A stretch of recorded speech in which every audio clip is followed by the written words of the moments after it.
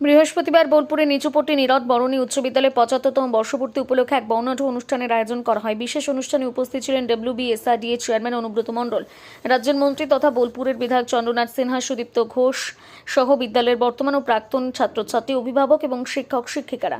অনুষ্ঠানে স্বেচ্ছায় রক্তদান শিবিরের আয়োজন করা হয়, যেখানে বহু মানুষ স্বতঃস্ফূর্তভাবে অংশগ্রহণ করে। মন্ত্রী চন্দ্রনাথ সিনহা বিদ্যালয়ের ছাত্রছাত্রীদের সুবিধার্থে স্কুলে মিড ডে মিল চালু করার কথা ঘোষণা করেন।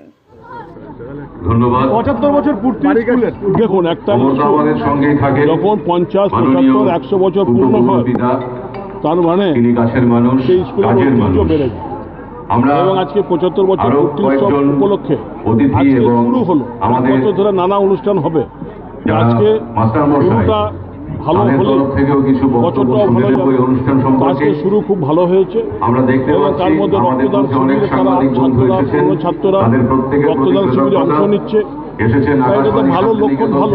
সারা বছর ভালো হবে, স্কুলের উন্নতি হবে। আমরা চাই এই এলাকার আমি অনুরোধ করব এই স্কুল দীর্ঘদিনের বহুত ঘাত প্রতিঘাতের মধ্যে দিয়ে এই স্কুলটা তৈরি হয়েছে।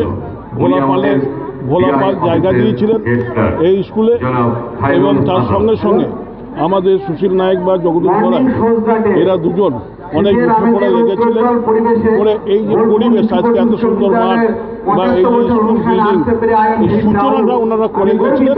আমরা সেটাকে বাড়াচ্ছি, বাড়িয়ে নিয়ে যাচ্ছি, এবং আস্তে আস্তে ছাত্রদের যাতে আকৃষ্ট করতে পারা যায় সেরকমও আজকে তো এসএলডি চেয়ারম্যান নিজে ঘোষণা করলেন যে অডিটোরিয়ামটা ইনকমপ্লিট হয়ে আছে, ওটা কমপ্লিট করতে হবে, মিড ডে মিল ঘরটা করতে হবে।